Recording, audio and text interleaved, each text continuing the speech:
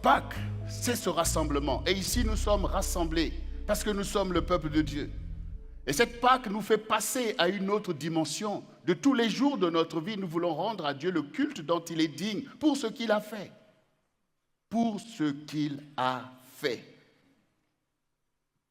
Il a sauvé nos âmes. L'âme est importante. Nous en avons fait tout un séminaire pour que tu réalises qu'est-ce qu'il y a au-dedans de toi. Il y a l'image de Dieu. Et c'est contre cette âme que Satan est mobilisé pour mettre ton âme en confusion, pour vouloir la détruire. Parce que c'est l'image, c'est la gloire de Dieu. Et nous nous souvenons de cette parole où le Seigneur dit que les choses visibles viennent des choses invisibles. Quand ces paroles ont été dites il y a longtemps que Israël a reçu cette connaissance. Et jusqu'à aujourd'hui, ça se démontre scientifiquement, en fait, la parole de Dieu. Parce que quand on découvre maintenant que même cette matière solide que l'on touche, et quand on décompose cette matière, on retrouve des atomes invisibles à l'œil nu. Et c'est eux qui constituent, en fait, cette matière solide. Alors, toi qui es là, qui respires, tu crois que ta vie ne vient pas des choses invisibles, ton âme est invisible. Mais pourtant, c'est la base de ta vie. C'est ce qu'il y a de plus précieux. Ce n'est pas l'apparence qui est plus précieuse. Ça, c'est limité. C'est notre intellect qui veut s'appuyer. Je vis, mais le Seigneur parlait à un prophète, notamment Jérémie, il dit « Avant que je t'eusse formé dans le sein de ta mère, je te connaissais. » Alors, comment Dieu peut connaître quelqu'un qui n'est même pas encore un fœtus dans le sein de sa mère? Dieu lui dit « Je te connaissais. » Et avant que tu sois sorti de son sein, je t'avais consacré prophète des nations. Donc on voit bien que notre vie vient de loin. Nous ne sommes pas que chair, nous sommes esprit et âme. Donc ce qui est important aujourd'hui, c'est d'abord mettre ton âme en sécurité dans les mains du Seigneur qui règne dans le monde spirituel et dans le monde naturel. Alors, bien-aimés, cette Pâque, c'est le passage du péché vers la sanctification, de la confusion vers la gloire de Dieu, des choses du monde vers les choses de Dieu qui sont éternelles. Pour ne plus te laisser flouer, et nous bénissons le Seigneur pour ce qu'il a fait encore au milieu de nous en démontrant sa seigneurie, parce qu'il a touché le cœur de nos bien-aimés qui se sont donnés au Seigneur. Oui, même si nous avons été là pour témoigner, pour dire non, tourne-toi vers le Seigneur, mais la décision dans le cœur est prise par l'action du Saint-Esprit qui convainc de le faire. Parce que la personne à qui vous disiez « baptise-toi », elle ne l'a pas fait. Et pourquoi aujourd'hui elle le fait? Si Dieu lui-même n'a pas touché son cœur comme on a entendu que aujourd'hui, c'est aujourd'hui en fait. Nous ne maîtrisons pas l'espace et le temps. Il n'y a personne d'entre nous qui maîtrise ces deux éléments fondamentaux à l'existence. Pour que nous soyons là, il a fallu créer l'espace, c'est-à-dire nous sommes sur la Terre, dans tout un système solaire et l'univers. Ça, il fallait le créer, sinon aucune existence n'est possible. Mais il fallait créer aussi le temps. Le temps pour chaque chose. Ces deux éléments, Dieu en est le maître. Il n'y a personne qui maîtrise l'espace et le temps. Tu es là en France, tu t'es retrouvé là en fait. Tu ne maîtrises rien. Tu ne maîtrises rien, tu es là, livré à ce qui va se passer en France. Si un danger survient, boum, ta vie est impactée, comme on a vu. Ceux qui sont ailleurs aussi, chacun est là quelque part, mais personne ne maîtrise cet espace. On est là où nous sommes. Nous pouvons nous retrouver loin. Nous pensons qu'on prend la décision, on fait ce qu'on fait, mais tout ça, ça se prend dans l'espace que Dieu a créé. Tu ne peux pas aller à Mars toi-même, et si même les scientifiques qui veulent y aller, si Dieu ne veut pas, ils n'iront pas. Mais si Dieu veut, ils iront, parce que Dieu veut que nous puissions explorer ce qu'il a fait pour mieux contempler sa gloire. Donc Dieu veut que nous puissions nous mouvoir dans l'espace et le temps. Personne d'entre nous n'a décidé de naître là, dans ce temps. Vous aurez pu naître au XVIIe siècle. Pourquoi pas au Xe siècle, ou même avant Jésus-Christ. Tu n'as pas choisi toi-même de dire, non, moi je viens en 2000, je ne sais pas combien. Oui? Donc on ne maîtrise pas ces éléments. Mais il y a bien quelqu'un qui les maîtrise. Sinon il ne serait pas stable. Et la parole qui se décrit dans le temps par la prophétie, on voit bien que cette parole maîtrise finalement les temps déjà fixés en fait. Les temps déjà fixés. Mais au milieu de ça, nous ignorons les desseins de Dieu. Mais Dieu ne nous abandonne pas.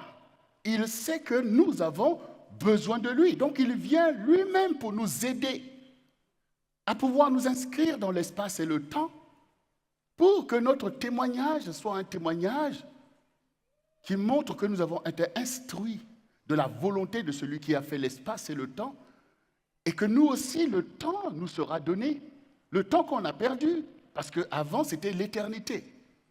Ayant perdu l'éternité, l'histoire a été donnée pour que chacun fasse un choix entre Dieu et le diable qui a séduit le monde. Et donc, ce qui importe pour toi, c'est d'utiliser l'espace et le temps que Dieu t'a donné. Je suis en France, Dieu m'a permis d'être là, c'est pour y faire quelque chose.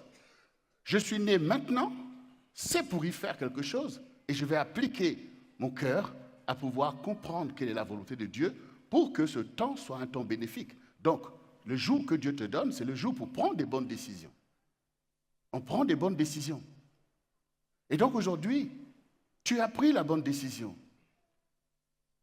de te dire, ma vie, je vais la tourner vers le Seigneur et marcher dans ses voies. Lui qui a créé toutes ces choses, il a dit des choses, je ne peux pas les négliger, et tu rentres dans cela. Et les parents savent, quand vos enfants sont là, ils ne maîtrisent rien. Et ils sont exposés, ils sont même en danger. Et pourquoi les enfants vont néanmoins réussir à grandir? C'est par les parents qui sont là, par les adultes qui les protègent, qui les gardent, qui leur disent non, c'est pas ça ou telle chose. Donc ils dépendent tout simplement de la présence de ceux qui connaissent plus que eux pour leur faire bénéficier d'une protection et d'une sécurité. Donc, Jésus sait que nous ne pouvons rien sans lui. Jésus sait que nous avons besoin de lui. Il n'est pas resté là-bas dans le ciel pour dire débrouillez-vous. Non. Il est lui-même venu. Et quand nous lisons la parole de Jean 10, le Seigneur dit, je suis le bon berger. Il dit, tous ceux qui sont venus avant moi sont des voleurs et des brigands. Je dis, mais attends, Seigneur, tes prophètes sont venus, tous ces gens, comment ça se fait-il que ce sont des voleurs et des brigands? Effectivement, Dieu, le Seigneur ne met pas tout le monde dans le même sac. Quand le Seigneur dit que je suis le bon berger, il sait de quoi il parle en fait. Il n'est pas en train de mépriser ses propres prophètes. Quoiqu'il y en a beaucoup qui sont de faux. Mais il dit ici que ceux qui sont venus pour prétendre qu'ils sont des bergers pour nous. Mais parce qu'un berger doit savoir où il doit conduire les brebis. Ce n'est pas tout d'être prophète. Hein? Si tu dis que tu es le berger, c'est-à-dire le grand berger des brebis, ça veut dire que tu sais les emmener à Dieu. Mais si tu ne sais pas les emmener à Dieu, tu ne peux pas dire que c'est toi le berger. Il t'a été donné de proclamer la parole de Dieu pour que les gens sachent qu'il y a Dieu selon ce qui t'a été donné. Mais celui qui dit « je suis le berger », cette identité-là, elle n'a pas été donnée à tout le monde en fait. Puisque les prophètes sont envoyés par lui pour préparer son chemin. Et l'un de ces prophètes qui est apparu en Israël, au temps où la parole était rare, parce que pendant 400 ans, on qualifie ça du silence de Dieu, à cause de toutes ces choses qui se sont passées où le nom de Dieu n'a pas été glorifié comme il le doit. Alors, le Seigneur a laissé son peuple un peu comme ça. Vous voulez faire vos choix, vos idoles, maintenant allez-y. Et Israël s'est retrouvé dans une errance. Et au milieu de cela, un prophète s'est levé, Jean-Baptiste. Et à nouveau, Israël avait la puissance de Dieu. Parce que Jean-Baptiste, il était comme Élie, quelqu'un de totalement consacré au Seigneur qui manifeste la puissance de Dieu. Alors il a prêché la repentance, revenez à Dieu. Ce n'est pas Dieu qui vous rejette, c'est vous qui le rejetez. Mais revenez à lui, il reviendra à vous. Quand vous rejetez quelqu'un, vous allez errer, mais vous savez là où il est en fait. Lui, il n'a pas changé, mais vous avez changé. Si vous voyez que votre choix n'est pas bon, vous pouvez toujours revenir, comme l'histoire de l'enfant prodigue que Jésus a donné. Et donc, les enfants d'Israël Finalement, on réalisait que non, on a notre tradition, mais tout ça, Dieu n'est même pas là parce qu'on n'est pas dans la vérité. On n'est pas dans la communion, comme on a entendu tout à l'heure, l'exclusivité avec Dieu. Et donc, ils ont commencé à se faire baptiser. Ils ont commencé à se faire baptiser. Et ils ont commencé à dire, mais n'est-ce pas là le Christ? Est-ce que ce n'est pas lui le Christ? Ils sont venus dire, est-ce que tu es le Christ? Il dit, non, je ne suis pas le Christ. J'ai été envoyé devant lui. Mais il y a quelqu'un parmi vous. Il y a quelqu'un parmi vous. Et cela a été annoncé depuis un enfant vous est donné. La Vierge deviendra enceinte. Tout ça, ça a été annoncé 1000 ans avant que ça se passe. Et même les magiciens de l'Orient ont vu l'étoile. Ils se sont dit quelque chose se passe en Israël. C'est ce qui a été annoncé le roi des Juifs. Donc toutes ces choses sont annoncées. Mais qui prend attention des choses révélées par Dieu? Nous vivons notre vie en fait. Dieu dit des choses, c'est comme si ça ne nous concerne pas, y compris même dans notre religiosité. Et comme nous l'avons dit, ce n'est pas la religiosité qui va te sauver, c'est la connaissance de la vérité. Et ici, bien-aimés, dans Jean 1, verset 29, il est dit, le lendemain, il vit Jésus venant à lui et il dit, voici l'agneau de Dieu qui ôte les péchés du monde. C'est Jean-Baptiste qui le dit, le prophète. Il dit, voici l'agneau de Dieu qui ôte les péchés du monde. Cela n'a pas été, comment? Qui ôte le péché. Oui. Mais cela n'a pas été dit qu'il y a un prophète qui peut ôter le péché du monde. Par contre, la parole dit, tous ont péché et sont privés de la gloire de Dieu. Les prophètes sont des instruments par lesquels Dieu agit pour nous interpeller à revenir à lui. Mais celui qui ôte le péché, lui, il est Dieu. Lui, il est le Christ. Il est le Seigneur de toutes choses. Il a l'autorité. Il peut ôter pour délivrer. Parce que le péché sera toujours un préjudice contre ta propre vie et une offense vis-à-vis de Dieu. Le péché sera toujours l'aiguillon de la mort. C'est par le péché que Satan veut te détruire. Donc, si maintenant quelqu'un te dit, oui, je suis le berger et qu'il ne peut pas ôter ton péché, tu es toujours dans ta propre condamnation et dans toutes sortes de choses. Mais là, Jean-Baptiste lui-même, qui a baptisé, il leur a dit, mais vous ne voulez vraiment pas vous repentir, vos cœurs sont toujours loin de Dieu. Je vous baptise d'eau, mais celui qui vient après moi, il est plus puissant que moi, parce que vous avez besoin de quelqu'un de plus puissant pour vous délivrer de vos addictions au péché, à l'idolâtrie, à toutes ces choses qui sont inimitiés contre Dieu. Moi, je ne peux rien faire, en fait, à part de vous parler, de vous baptiser. Je ne peux pas avoir accès à vos cœurs pour être dans votre duplicité, dans votre hypocrisie. Mais celui qui vient après moi, lui, il est plus puissant. Il vous baptisera de Saint-Esprit et de feu. Parce qu'il faut aller consumer toutes ces choses qui gangrènent vos âmes. Les choses de l'ennemi qu'il a emmené dans le monde, la duplicité, la méchanceté, l'impureté, l'hypocrisie, la méchanceté, toutes ces choses, il va les consumer pour emmener à Dieu des brebis.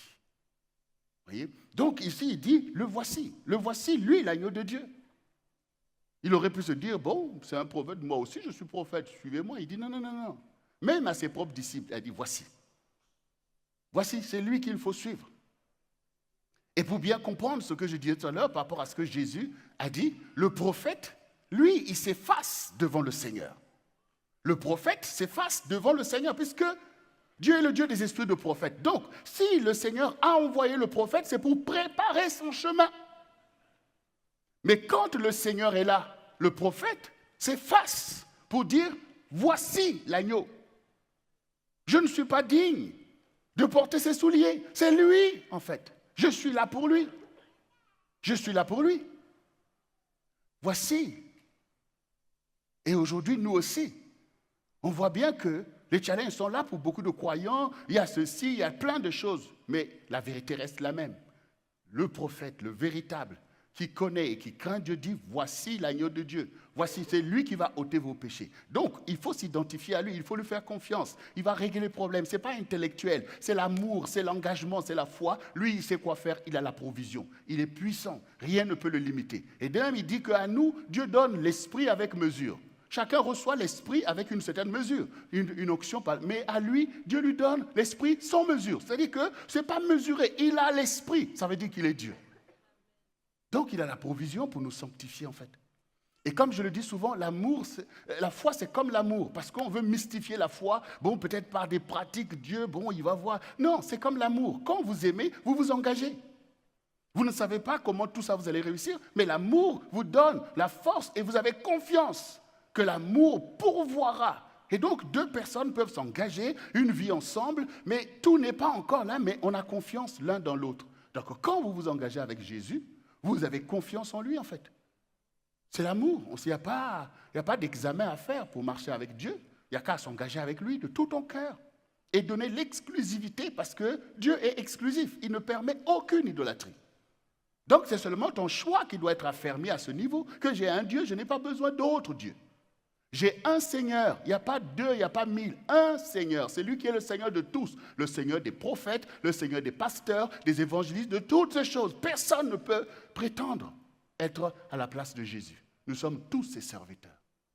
Nous sommes des chiens de berger pour abattre le troupeau vers son Seigneur qui a payé le prix. Hier, c'est ce que je disais. Si aujourd'hui je prie pour toi, pasteur Jocelyne prie pour toi, ou tous les serviteurs qui sont là, ou même vous-même, que vous priez les uns pour les autres et que quelqu'un est guéri, tu peux te dire oui, pasteur David m'a guéri. Mais que dit la parole? C'est par ces meurtrissures que nous sommes guéris. Est-ce que quand moi je m'étais blessé, j'ai dit que c'est pour te guérir? Non, c'est Jésus qui a été blessé pour te guérir. Nous ne sommes que des vecteurs, des canaux. Donc, il faut donner gloire au Seigneur, à l'agneau de Dieu. Mais non, Jean-Baptiste nous a montré la voie de l'adoration véritable au Seigneur. Il a dit non, il faut que moi je diminue, que lui croisse, que lui soit élevé, que lui soit glorifié. Et cette parole magnifique qu'il a dit, il a dit, mais écoutez, moi je ne suis que l'ami de l'époux. Moi je suis l'ami et ma joie est parfaite quand j'entends la voix de l'époux. Mais celui à qui appartient l'épouse, c'est l'époux. C'est-à-dire l'Église, c'est-à-dire le peuple de Dieu. C'est lui qui est l'époux. C'est-à-dire c'est lui que Dieu a envoyé pour pouvoir nous épouser pour Dieu. Parce que c'est lui le Fils du Dieu vivant. Et quand le Fils de Dieu t'a épousé, tu deviens quelqu'un de la maison de Dieu. Tu deviens comme lui-même. Moi, quand j'ai épousé Jocelyne, est-ce que qui va dire que tu n'es pas une goma, hein? Aussitôt,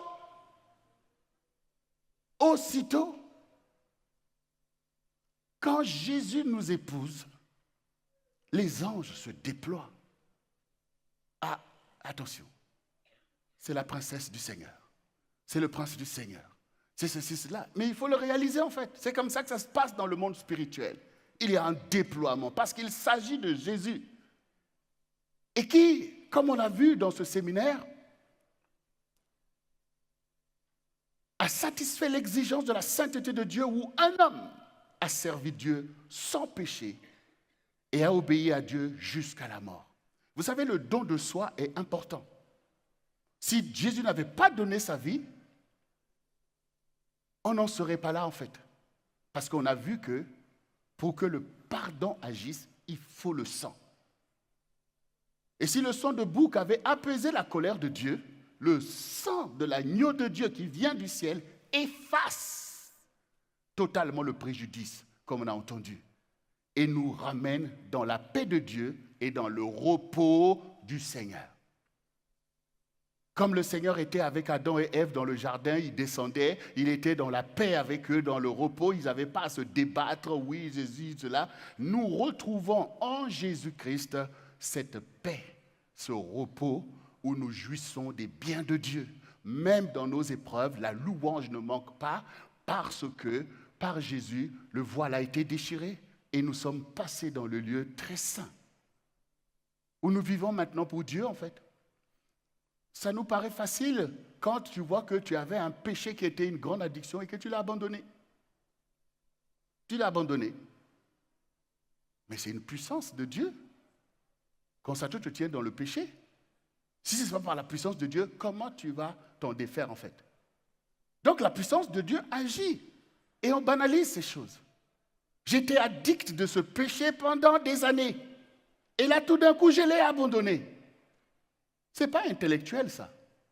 C'est la puissance de Dieu qui agit au milieu de toi pour te faire savoir, mais tu as un autre héritage. Tu as des choses de Dieu à manifester. Tu as un témoignage à laisser dans ta propre maison. Tu n'es plus esclave comme ceux qui étaient esclaves autrefois. Maintenant, tu es un homme libre. Et la liberté n'est pas une confusion. On est libre pour faire des choses qui sont le bien et la vérité. Donc, bien-aimés, c'est important pour nous de dire, oui, l'agneau de Dieu qui ôte le péché, il vient pour moi et j'en ai besoin. Parce que tous ces péchés-là, si je meurs au milieu de ça, c'est directement loin de Dieu. Donc, autant laisser celui qui ôte venir ôter. Et donc, Seigneur, éclaire mes ténèbres. Montre-moi ce qui n'est pas bon. Parce qu'il y a beaucoup de choses que tu dis que c'est bon, alors que ce n'est pas bon. Et il y a beaucoup de choses que tu dis que ce n'est pas bon, alors que c'est bon. Mais oui, il y a beaucoup de choses qu'on dit, oh, c'est pas bon, alors que c'est ce que Dieu demande. Donc, on a besoin maintenant, dans notre relation avec le Seigneur, de lui faire confiance que, Seigneur, tu vas réussir tout ce challenge. Moi, je suis seulement bien disposé. Tu me parles et j'écoute. Tu me montres et je suis. Voilà la disposition. C'est comme les enfants. Tant que les enfants sont dans la disposition de faire confiance à leurs parents, de les écouter, leur vie sera conduite à relever les challenges, à réussir les études. Parce que lorsque papa dit, maintenant tu vas à l'école. Ah bon, il faut aller à l'école? Oui, il faut que tu ailles à l'école. Ok, on y va. Il faut que tu apprennes tes leçons. Mais on apprend. Est-ce que tel enfant ne va pas réussir son parcours? Tout simplement parce qu'il obéit à des personnes qui sont plus sages, plus outillées que lui. Il va réussir en fait. Parce qu'il a le potentiel pour réussir. Nous aussi, ce qu'on a besoin, c'est tout simplement de dire, Jésus, ok, me voici, guide-moi dans telle chose, montre-moi ta volonté, aide-moi Seigneur. Dieu ne nous rejette pas à cause de nos faiblesses. Parce qu'il a prévu de nous aider, comme les parents aident leurs enfants. Et une fois, j'avais appelé ma petite fille ici, j'ai dit, monte ici. Elle a essayé, elle n'a pas pu. J'ai dit, mais ce n'est pas grave en fait, parce que je suis là et je l'ai fait monter. Nous aussi, Dieu va nous faire monter dans des choses de Dieu, lui-même va nous guider. Mais si nous devenons rebelles, il ne peut plus rien faire pour nous. Même les parents ne peuvent rien faire quand l'enfant devient rebelle. Malgré leur intelligence, cela ne va pas opérer, tout simplement parce qu'il a pris une position qui n'honore pas, en fait. Donc, les choses que Dieu nous demande, on peut les lui donner. Lui faire confiance et savoir qu'il est Dieu. Ça, on peut lui donner cette place. Et accepter sa parole, que c'est sa parole qui va nous guider. Il va nous emmener pour dire, non, là, voici ce que je dis. Là, voici comment tu dois faire. Et quand maintenant cette parole est là, Satan qui veut manigancer, qui veut détruire, qui veut nous retourner les uns contre les autres, veut détruire les familles, détruire les couples, il est maintenant bloqué par le fait que la parole te montre quoi faire et que tu n'es plus là pour suivre les tendances de ton cœur, mais de suivre la parole. Et le Seigneur dit, suivez avec vos pieds les voies droites du Seigneur. Chaque voie mène quelque part. Si vous prenez telle route, ça va vous emmener quelque part. Telle route, ça va vous emmener quelque part. Tout le monde veut aller au paradis. Il y avait un chant qui disait, nous irons tous au paradis. C'est bien de dire ça, mais ce n'est pas tous en fait, parce que chacun ne suit pas la même voie. Si tu veux aller au paradis, voici l'agneau de Dieu. Ce n'est pas pour les pécheurs le paradis. Donc il faut l'agneau de Dieu. La Bible a dit tous ont péché, ça dit que le monde est perdu. Mais par la puissance de la rédemption qui est en Dieu, Dieu a pourvu lui-même à ton salut. Si tu suis celui qui est le berger, si tu suis celui qui est le Seigneur, lui qui n'a pas péché, il connaît la maison du Père. C'est pour ça que Jésus dit que nul ne vient au Père que par moi. Il y en a d'autres qui pensent que non, c'est en suivant tel prophète. Les autres pensent que c'est en suivant, je ne sais pas, tel gourou ou je ne sais pas quoi en fait. Mais c'est ça, c'est ces gens-là que Jésus appelle des brigands et des voleurs en fait. C'est eux qui veulent voler les âmes, ils veulent détourner les âmes qui ne leur appartiennent pas. Les âmes appartiennent au Seigneur. C'est lui le Christ en fait. C'est lui le Christ. Vous voulez établir une relation exclusive entre vous et les brebis qui ne vous appartiennent pas? Pour dire, suivez-moi. Toi-même, tu es perdu, manipulé par l'ennemi. C'est pour ça que Jésus les appelle des brigands et des voleurs. Et les brebis ne les ont pas écoutés. Mes brebis entendent ma voix et me suivent. Jésus a parlé, Lazare était mort depuis 4 ou 5 jours. Et Lazare a entendu la voix du Seigneur. Et il s'est réveillé. La résurrection. Dieu l'a démontré. Toi aussi, tu dois entendre la voix du Seigneur. Si maintenant je te parle et que tu n'entends pas la voix du Seigneur au travers de ma voix, donc je ne suis pas en train de servir le Seigneur auprès de toi. Parce que ce n'est pas moi le grand berger des brebis. Moi, j'ai été appointé là par lui pour te parler en son nom. Donc tu dois entendre le son de la voix du Seigneur et reconnaître que ce qui est dit est légitime de celui qui m'a créé et qui peut me conduire vers le salut. Mais il y a bien des prophètes qui ont dit, oui, un tel est Dieu et moi je suis son prophète. Et donc les gens, ils y vont. Et la plupart de ces personnes étaient ceux qui avaient reçu l'évangile avant nous. Et une autre parole que le Seigneur dit, quand il va revenir, tout le monde le verra. Mais au jour de l'enlèvement de l'Église, le Seigneur dit de deux femmes qui seront en train de moudre. L'une sera prise, l'autre sera laissée. De deux personnes qui seront dans un même lit, peut-être mari et femme. L'une de ces personnes sera prise et l'autre sera laissée. Mais cela montre quoi? Cela montre aussi le choix personnel des âmes, où chacun de nous, en tant qu'âme, a le droit de se tourner vers le Seigneur. On voudrait que nous tous, on voudrait que toute la famille y soit. Mais le choix revient aussi à chacun de nous. Même si par le don de soi, nous travaillons à ce que notre famille, notre génération même, soit sauvée par le fait que nous leur montrons l'agneau de Dieu. Mais au final de tout cela, toi qui écoutes, tu fais bien des choix au quotidien, même dans ta famille, même dans ton couple. Il y a des choses, quand tu es convaincu, dis non, c'est ça que je veux faire. Mais si tu ne peux pas rater ce choix, en fait. Parce que tout sera fait selon la vérité. Si tu as choisi Jésus, tu seras pris parce que Dieu agit selon la vérité. Si par le témoignage, toute la famille a choisi Jésus, toute la famille sera prise. Si tout le peuple a pris, Dieu, il vient chercher ceux qui sont à lui. Et qui est à lui que celui qui l'accepte et qui témoigne dans sa vie que Seigneur, je suis à toi. Donc tu es dans ma vie. Je suis le temple de ton esprit. Ma vie t'appartient. Glorifie-toi dans ma vie. Donc ce sont ces personnes-là qui sont marquées du sceau de l'Esprit Saint. Et qui, au son de la trompette de l'archange, seront ressuscités pour aller à la rencontre du Seigneur, comme ceux qui, en ce temps-là, seront encore vivants et ayant le témoignage de Christ, seront changés pour aller à la rencontre du Seigneur, alors que le monde sera livré à une tribulation jamais connue sous la manipulation de Satan qui va s'incarner au travers de l'homme impie, l'antéchrist, qui va faire main basse sur l'histoire. Mais aujourd'hui, rien ne t'empêche de choisir le Seigneur. Et comme j'ai dit hier, les gens même qui méprisent Jésus ou qui le rejettent, est-ce qu'ils peuvent démontrer son imperfection dans tout ce qu'il a dit et tout ce qu'il a fait? Est-ce qu'ils peuvent démontrer que ce qu'il dit n'est pas saint, ce qu'il dit n'est pas en faveur de l'humanité, que ce qu'il dit, ce n'est pas la gloire de Dieu? Personne ne peut le démontrer. Mais si on rentre dans la vie des prophètes, il y a bien des choses même qu'on dit qu'il vaut mieux ne pas aller regarder. Et on a chanté tout à l'heure, saint est l'agneau. Dieu est saint. Et donc celui qui l'a envoyé est saint.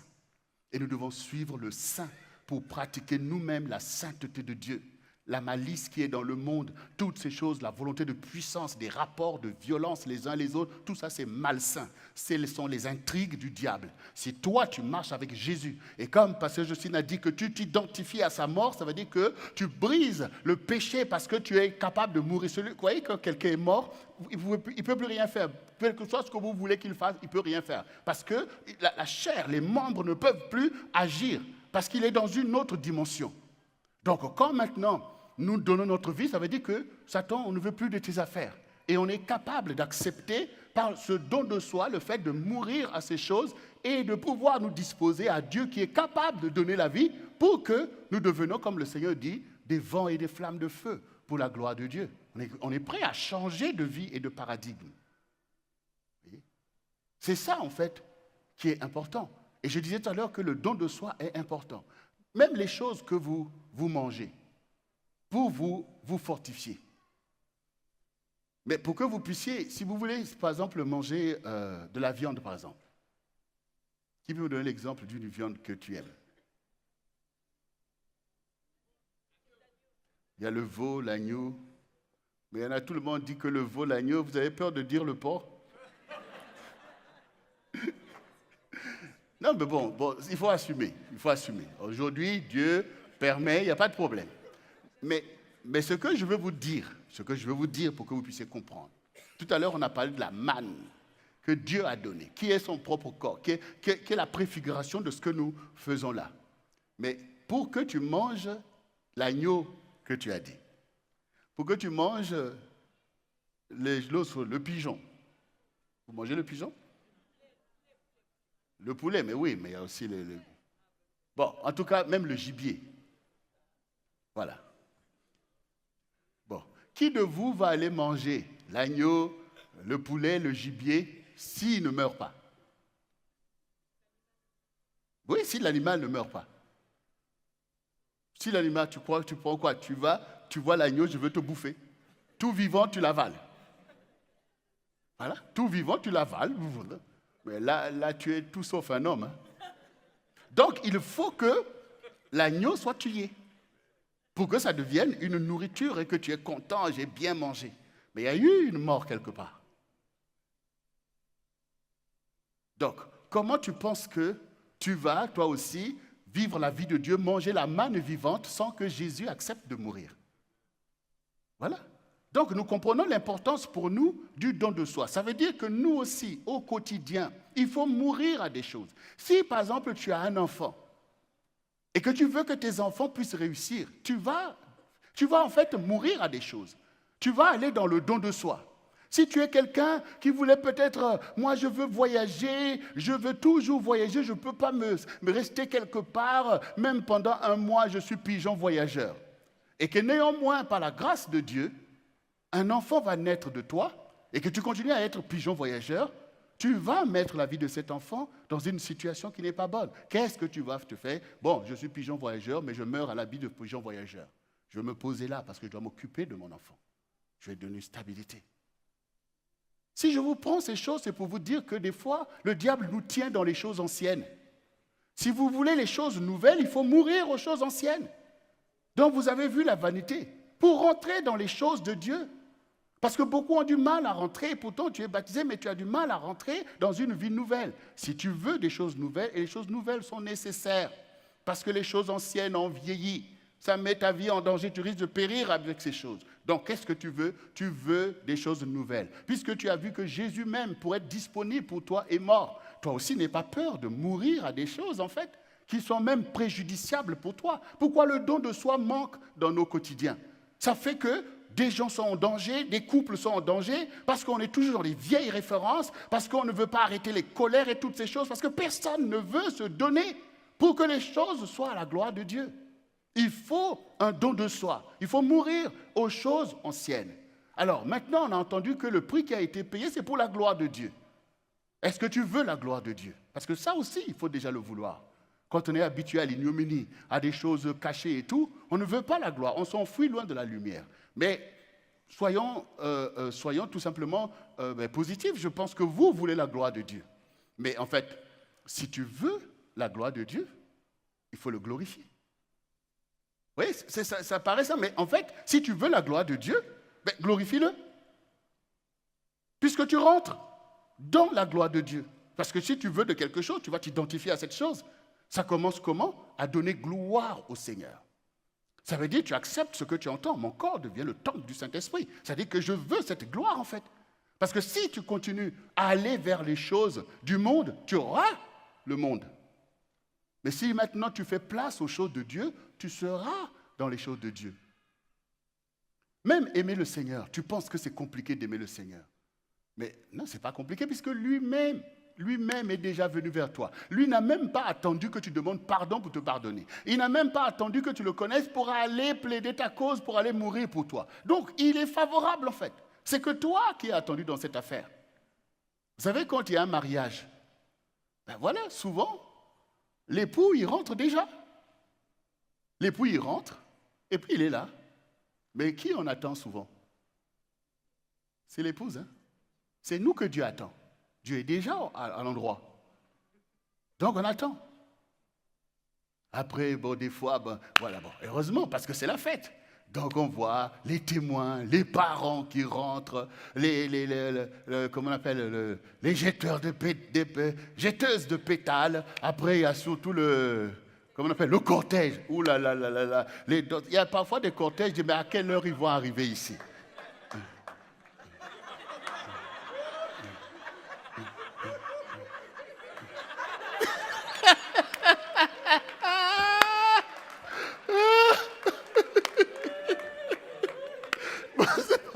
C'est pas grave. On n'est pas sûr, c'est pas grave. Mais on est toujours en train d'attendre la mariée. Non, des fois, nos bien-aimés d'Haïti exagèrent. Des fois, franchement, je suis allé dans ces mariages, j'ai dit waouh, waouh, waouh, waouh, waouh, waouh, waouh, waouh. Ah, ça peut vous prendre 30 minutes ou plus, alors qu'on est déjà en retard. Mais bon, c'est la fête, on supporte, c'est la gloire, il n'y a pas de problème.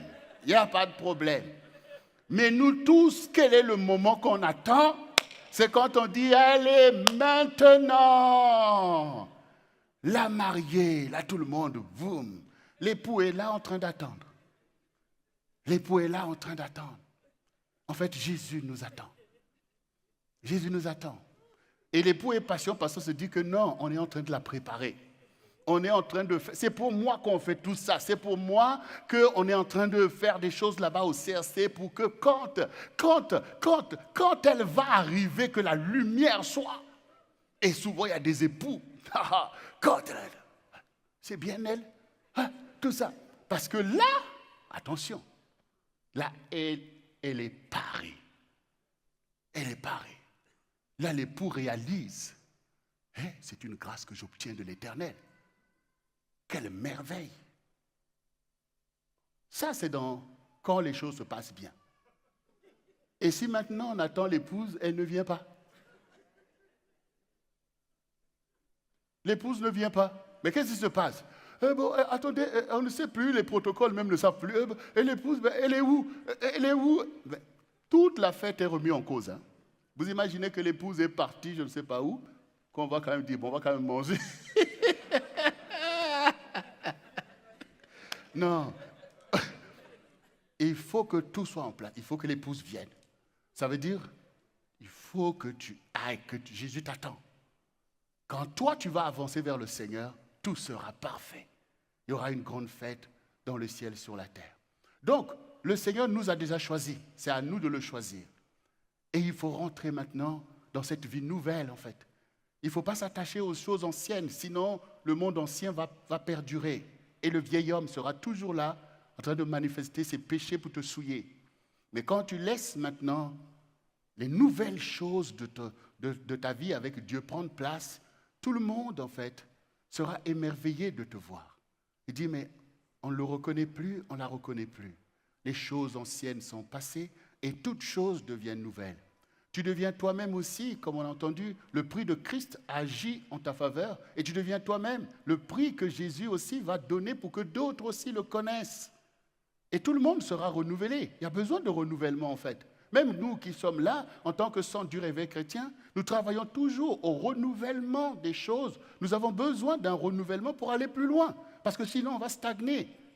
Il faut toujours aller plus loin dans la mobilisation. On a besoin encore de nous mobiliser, de donner plus au Seigneur. De se dire, non, non, non, il faut plus de zèle, plus d'amour, plus d'engagement, plus de travail. Parce qu'on doit atteindre l'objectif de la perfection. Et c'est par l'engagement d'aller toujours de l'avant, vers la lumière, pas vers les ténèbres, vers la joie et non pas vers la tristesse, vers la gloire de Dieu et non pas vers l'ignominie, vers Jésus et non pas vers Satan. Par la malice de je ne sais pas quoi, des théories de bizarres ou non, non, non, non, non. Non, on va vers le Seigneur. Alors, bien-aimés, celui à qui appartient l'épouse, c'est l'époux. L'Église appartient au Seigneur Jésus. Et le Seigneur Jésus-Christ a fait pour nous des prodiges. Il a dit, tout est accompli. Il a été retiré dans le ciel de gloire. Le Seigneur a dit, jusqu'à ce que je fasse de tes ennemis ton marchepied. Mais le Seigneur, il est glorifié. Les anges sont émerveillés du travail qu'il a fait pour le salut de l'humanité. Et les anges travaillent à ce que l'épouse du Seigneur Jésus, c'est-à-dire l'Église, soit parée par les enseignements qu'il nous encourage à donner, toutes ces choses qui se font pour que finalement tu puisses sortir du monde pour te préparer pour le Seigneur. et au temps marqué, le peuple de Dieu, paré, purifié, pour rentrer dans le ciel de gloire de Dieu, pour la gloire de l'agneau, afin que tout soit parfait. Le ciel et la terre seront roulés comme un vêtement et jetés loin de Dieu. Et Dieu déploiera des nouveaux cieux et une nouvelle terre où ses saints vivront pour l'éternité. Comme au commencement, l'âme de l'homme a été formée pour être éternelle comme Dieu. Donc vous voyez qu'on n'est pas là pour jouer. On est là pour faire un travail conséquent. Et au reste, ce travail spirituel que Dieu fait pour nous, est-ce que ça nous empêche d'être des personnes éminentes dans notre génération? Est-ce que Dieu t'empêche de réussir dans ta vie, tes affaires, de vivre une vie digne? Au contraire en fait, il veut te bénir. Il veut faire de toi un bon témoignage. Et dans nos nations, on a besoin des gens qui sont des gens de référence, qui ont des bonnes valeurs que Jésus nous enseigne. On a besoin même que les choses dans lesquelles on s'inscrit, pour un pays comme la France, c'est la démocratie, c'est telle chose. Mais le contenu de cela doit se baser sur des valeurs saines, de la vérité. Parce qu'il y a plein de choses qui se passent. Donc, toi qui as Jésus, c'est toi qui es une source de bénédiction pour ta génération. Tu dois aller à fond avec Jésus. Il faut le connaître. Et que l'avantage de le connaître puisse agir tout autour de toi. Dans la famille, on a parlé de Joseph. Joseph a été pris à partie par ses frères parce que Dieu lui a parlé et lui a montré l'éminence de sa position. Ils n'ont pas pris ça. Et comme on a vu, ce n'est pas parce que tu as eu des religions où tu es, je ne sais pas, le peuple de Dieu que Satan ne peut pas travailler. Donc là, on voit qu'ils veulent tuer leurs frères tout simplement parce qu'il a vu des songes et des visions. Toutes ces choses-là qui sont dans ta vie, ce n'est pas de Dieu en fait. Ça met même le royaume en danger. Heureusement que Dieu est fidèle avec ses fidèles, a sauvé Joseph, l'a emmené loin de sa maison. Et là, son éminence a prévalu au point où Pharaon a dit, c'est toi qui vas être le gouverneur de l'Égypte. Mais est-ce que cela n'a pas sauvé la maison de son père? Donc, bien-aimé, suis Jésus. Et parfois même, ta propre famille va te mépriser. Ah ouais, toi, vos histoires là et tout.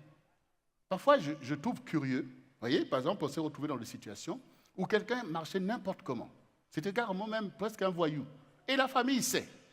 La famille sait, la personne est dans la drogue, la personne là, les femmes n'en finissent pas. Tout le monde sait. Maintenant, la personne s'est tournée vers le Seigneur. On a mené cette personne, la personne s'est baptisée. Arrêtez tout ça. Mais la famille trouve à parler. Depuis que tu vas au CRC là-bas, hein, tu es ceci et ceci. Alors, vous préférez le voyou en fait.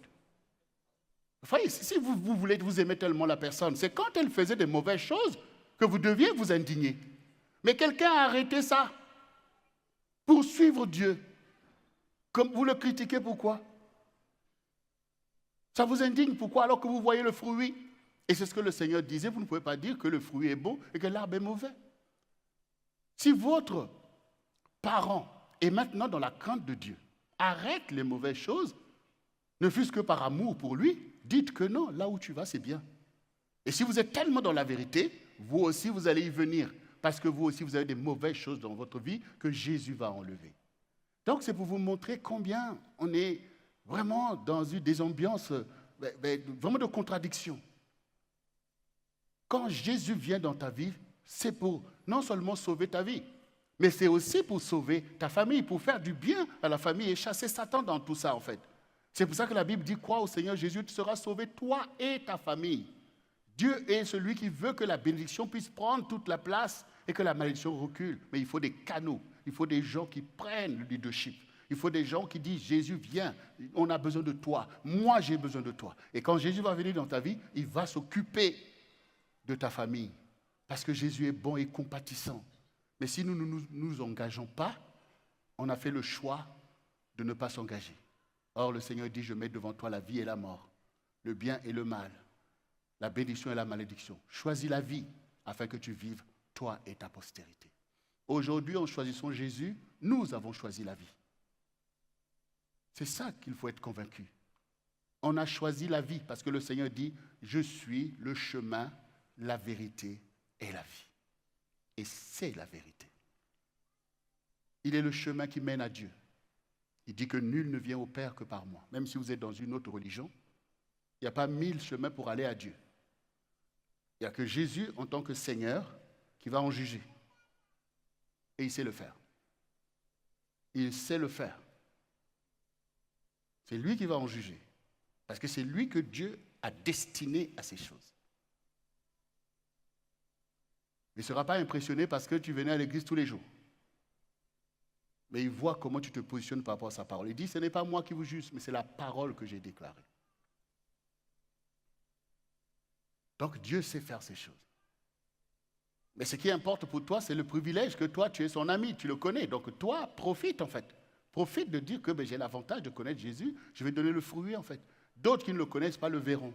Et se diront, comme vous voyez, il y avait des fils de Séva, que devant les démons qu'ils voulaient chasser, ils ont dit, nous vous chassons au nom de Jésus que Paul prêche. C'est-à-dire qu'ils savent que Paul a le vrai Seigneur. Nous, on ne le connaît pas, mais on sait que lui, il a le vrai Seigneur. Et toi, tu as ce Seigneur-là. Pourquoi tu ne chasses pas les démons? Puisque tu as ce Seigneur. Les démons ne vont pas te frapper puisqu'ils connaissent Jésus et qu'ils connaissent aussi que tu es son disciple et son serviteur.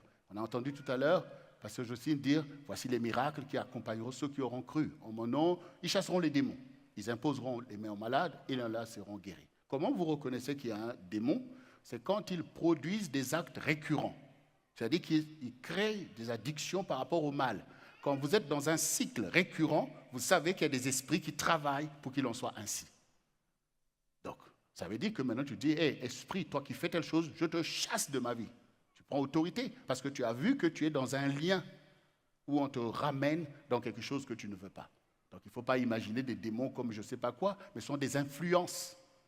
Des choses qui t'influencent dans un même cycle. Donc, il y a un lien. Et pour que ce lien soit brisé, il faut chasser l'esprit qui produit ce lien, en fait. Donc, on a compris que c'est nécessaire de le faire parce que nous voulons aller de l'avant. Nous voulons sortir des choses qu'on a trouvées dans le monde, mais qui n'étaient pas des bonnes choses. Et parfois, quand vous naissez, on a ordonné sur vous des choses qui ne sont pas de Dieu, en fait. Vous allez voir un marabout, un sorcier, fait ceci sur l'enfant, on t'a fait des bains, des trucs, et puis paf, tu te retrouves sous des oppressions, sous des jougs. Tu ne l'as pas cherché, mais tu l'as trouvé là comme un héritage de confusion. À un moment donné, il faut que tu puisses briser, c'est-à-dire briser tout ça. Donc ta parole, ta confession est importante pour renoncer à des héritages corrompus et accepter de bons héritages, en fait. Il faut dire, moi, Jésus, je veux. Satan, je ne veux pas. Telle chose, je veux. Donc tu as le droit de choisir au temps de ta maturité spirituelle. Tu fais du ménage. Si tes parents faisaient telle chose, tu vois que ce n'est pas bon. Tu vas dire non, je garde parce que c'est mon héritage. Tu dis non, je ne veux pas de ça. Ah, telle chose, c'est bon, je veux de ça. Vous voyez? Donc, bien-aimés, Jésus est là pour nous. Et il nous aime. Et il est Dieu. Il peut donc nous éclairer et que la gloire de Dieu soit en nous. Et nous avons besoin de cette gloire les uns les autres. Si nous avançons en tant que peuple, c'est qu'il y a des gens qui sont debout, qui prient. Je voulais terminer par ça. Mais il faut prier en fait. On doit prier ensemble, mais aussi surtout individuellement. Il faut que tu aies du temps dans la prière parce que tu ne vas pas prier seulement pour toi, pour dire Seigneur, moi, je. Non, il faut que tu te souviennes que j'ai des frères et des sœurs en Christ et que tu commences à prier vraiment pour les uns les autres. Tu vas même prier pour les âmes. Il faut que les âmes soient sauvées. Tu vas prier pour la France, tu vas prier pour les autorités. On a des sujets de prière. Il faut que ta vie soit occupée aussi à la prière pour que nous soyons bénis les uns les autres en fait. Mais si on ne prie pas, on va commencer à murmurer les uns envers les autres. Tu as vu un tel, tu as vu comment un tel et tout ça, ce n'est pas sain tout ça. Mais quand tu pries, oh Seigneur, souviens-toi de telle sœur, Seigneur. Oh Seigneur, souviens-toi de tel frère, tu deviens comme Jésus, un intercesseur. Oui, ces choses-là, quand ça manque, c'est l'oisiveté spirituelle. Or, si ces choses sont là au quotidien, on avance et on fait avancer le royaume. Cherchez pour moi le royaume et la justice de Dieu. Tout le reste vous sera donné par-dessus. Bien-aimés, nous sommes dans l'année de la puissance de Dieu, de l'année de la gloire de Dieu où Dieu veut concrétiser ces choses et dans l'année de la prospérité. Il faut que nos âmes prospèrent dans la gloire de Dieu. Il faut que Dieu nous donne d'être en bonne santé. Et ça aussi, il faut prier pour que nous soyons en bonne santé les uns les autres. Et nous prions surtout aussi que Dieu nous fasse prospérer. Notre vie sociale a besoin d'être prospérée parce que c'est la bénédiction de beaucoup de nos enfants, des gens qui nous entourent, pour venir en aide à ceux qui sont en difficulté. Nous avons besoin de prospérer, que nous ne soyons pas dans le pillage, mais dans l'abondance. C'est un bon programme que Dieu nous a donné. Soyons solidaires, soyons mobilisés pour ces choses. Parce que Dieu travaille et nous travaillons avec lui. Si nous travaillons, nous allons moissonner. Si nous ne travaillons pas, nous serons dans la crise. Travaillons ensemble et dans l'unité. Parce que nous sommes maintenant passés par la Pâque du Seigneur dans la gloire de Dieu, dans sa puissance et dans la prospérité, dans le nom de Jésus. Et nous disons ensemble, Amen. Est-ce qu'on peut acclamer le Seigneur qui fait ces choses? Merci Jésus. Nous allons nous tenir debout, bien-aimés. Je vais invoquer le Seigneur pour chacun d'entre vous, parce que maintenant vous êtes des vases pour recevoir l'Esprit du Seigneur, cette onction et les exaucements. Vous avez besoin d'être exaucés et le Seigneur est là pour pouvoir accorder maintenant cet exaucement et surtout la liberté de marcher avec le Seigneur. Répète après moi. Seigneur Jésus, me voici devant toi, car je dispose mon cœur et mes pensées à te suivre. Tu es le grand berger des brebis et c'est toi que je veux écouter. Je ne veux pas écouter des mercenaires, je ne veux pas écouter des bandits et des brigands, mais je t'écoute toi, parce que tu es l'agneau de Dieu qui est descendu du ciel pour ôter mes péchés, parce que tu es le Seigneur qui connaît toutes choses pour me conduire à Dieu, parce que tu es tout puissant pour me délivrer, moi et ma maison, moi et ma famille, moi et mon peuple, moi et ma génération. Je te fais totalement confiance. C'est pourquoi guide-moi maintenant même. Sanctifie ma vie. Enlève ce qui n'est pas de toi. Et donne-moi de pratiquer la vie de Dieu maintenant même. Merci Seigneur, parce que tu renouvelles mon esprit et mon cœur tout entier. Je te fais confiance parce que tu me conduiras. Manifeste ta puissance en moi afin que je puisse la manifester au milieu de cette génération. J'accepte mes vocations. Je vais rentrer dans ma vocation et je vais être mobilisé dans ton église pour être au milieu de ton peuple et non pas dans les choses du monde, mais dans les choses de Dieu qui sauvent, qui délivrent et qui conduisent à Dieu. Merci Seigneur pour ton sacrifice, Seigneur, d'avoir accepté l'ignominie pour que moi je voie la gloire de Dieu, d'avoir été péché pour être crucifié à ma place, pour que je sois délivré pour Dieu. C'est ce que tu as fait pour moi. C'est là ma Pâque. Aujourd'hui même, je pratique ces choses et je passe de l'autre côté. Je renonce à Satan et à sa malice, à ses convoitises et à ses péchés. Je renonce et je le chasse de ma vie avec tous ces démons. Mais je reçois le Saint-Esprit et la gloire du Seigneur dans ma vie. Merci Jésus. Sois glorifié dans ma vie et sois élevé, Seigneur.